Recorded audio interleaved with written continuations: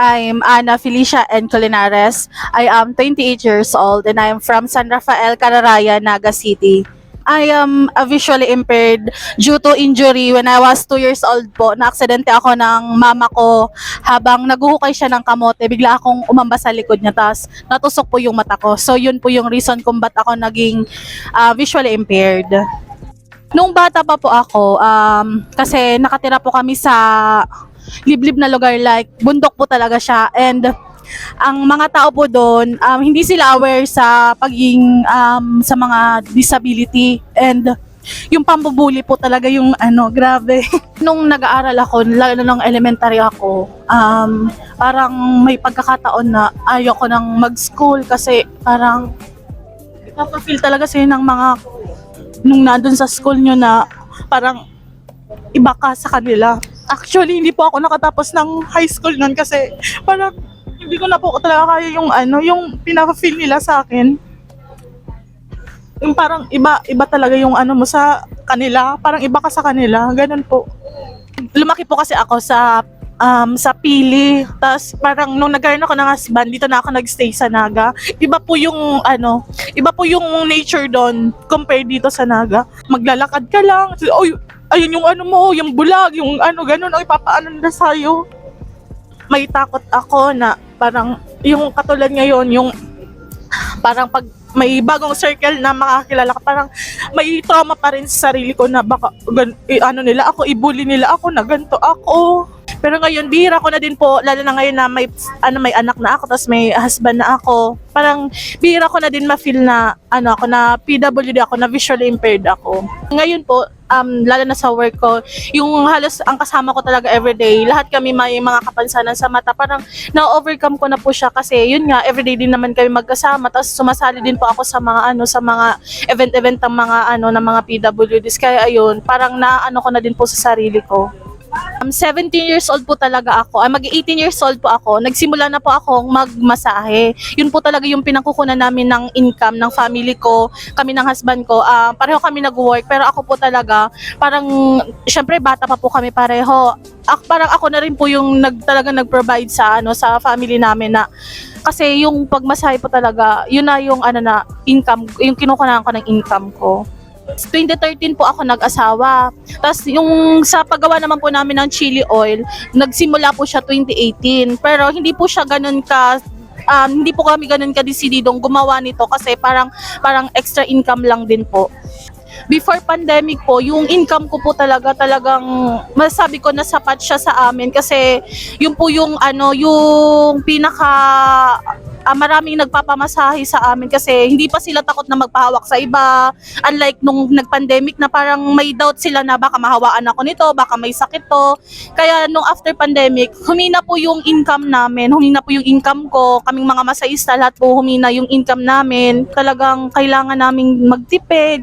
Actually, nag-online selling din kami nung pandemic kasi talagang wala. Maski yung husband ko, wala siyang trabaho kasi siya, driver siya Nawalan din siya ng kasi wala pong transportation dito ng pandemic. Yung kawork ko, si Kuya Owen, sa City Hall din, nagtatrabaho din siya sa City Hall. Tapos po, inalok niya ako na baka gusto ko daw mag-aral na sa DBBT ng Atriv. Sabi ko, pwede naman. Tapos, yun na po, nag-inquire ako kay Ma'am Lynn. Si Ma'am Lynn, isa din siyang empleyado ng PIDAW. Sabi ko, baka man pwede ako sumali kasi may negosyo naman na ako. Nag-online selling ako. Tapos ito nga yung chili garlic oil. So, sa kanila ko po nalaman yung about sa Atriv. Actually, ako yung knowledge ko about sa pag-online selling, hindi pa ganun ka lawak. Kaya ako talagang sabi ko, gusto kong sumali dito. Gusto kong mas marami pa akong matutunan. Ang sinalihan ko pong programa sa Atriv ay ang Digital Business Basic Training. Ang business ko pong pinasa sa Atriv ay ang paggawa ng chili garlic oil. Please follow po yung Facebook page ko na Roan's Condiments, and andun din po yung ibang product ko like yung sinantolan and achara tsaka itong chili garlic oil. Sa mga interested pong bumili, paki-follow na lang po yung Facebook page ko. Thank you po. Yung business plan ko pong pinasa sa Atrieve is okay naman. Wala naman pong pinalitan, ay wala naman po silang ano doon, wala naman po silang naisabi na kailangan ko palitan. So okay na po ako doon sa business plan ko. Yung 5,000 pesos po na nakuha ko sa Atrieve is binili ko ng blender, yung pangmatagalan na blender, yung medyo mahal na blender. Kasi yung blender namin na ginagamit before, talagang bumigay na siya and medyo maliit siya. Kaya bumili kami ng malaki at branded na blender. Ang nadagdag po sa income ko simula nung binigyan ako ng 5,000 ng Atrieve, umaabot na po ng 3K yung every month ko na dagdag na income sa akin. Simula nung binigay sa akin ng Atrieve yung 5K. Yung income po na dagdag na nakukuha ko simula po nung binigyan ako ng Atrieve ng 5K is may bank account po ako. Doon ko po siya nilalagay kasi yun na din po yung yung parang nagiging ipon ko. Kasi everyday naman po nakukuha ko yung yung income ko sa pag-work ko. Kaya yung dagdag na income ko sa negosyo ko, binabangko ko po talaga siya. Yung negosyo ko kasi po since 2018 pa siya. Pero yung sa mga namin sa battle, talagang wala kaming pakialam na may lagyan namin ng sticker, lagyan namin ng kung anong design. Parang wala kaming pakialam na okay na yan. Pero simula po nung nag-aral ako sa Atrieve, parang naging naging conscious na ako na dapat pala lagyan siya ng sticker, lagyan siya ng itong sealed, kailangan pala yun. Akala ko, nung hindi pa ako nag-aaral sa Atrieve, akala ko, okay na yan. Tapos po, more on, naging aware din po ako sa paggawa nitong sticker mismo. Kami po mismong gumawa ng sticker. Nag-edit po kami sa Canva, natuto akong mag-edit sa Canva, and yung ibang platform sa social media, naging din po kami doon, gumawa rin kami ng mga selling account. Kasi po yung lalo na sa Facebook, business account namin, parang nakatulong po siya kasi talagang kailangan mo na separate po yung personal account mo sa business account mo kasi doon sa personal account mo, marami kang pinopost doon na hindi kaaya-aya sa mga bibili sa'yo na ganito pala to, ganito pala ugali nito. Doon po sa business Facebook page, pwede, doon lahat makikita yung mga business lang, about lang sa business mo. Nakatulong po yung pag-costing sa akin talaga kasi before po nung hindi pa kami tinuruan ng about sa costing, parang yun lang talaga yung mga raw material lang ang sinasali namin sa pag-compute. Unlike nung natuto na kami sa costing, talagang lahat ng kailangan mong about dyan sa business mo, talagang kailangan mo siyang isama pala. Kasi kung hindi mo siya isasama sa sa pag-costing mo, ikaw ang malulugi sa negosyo mo.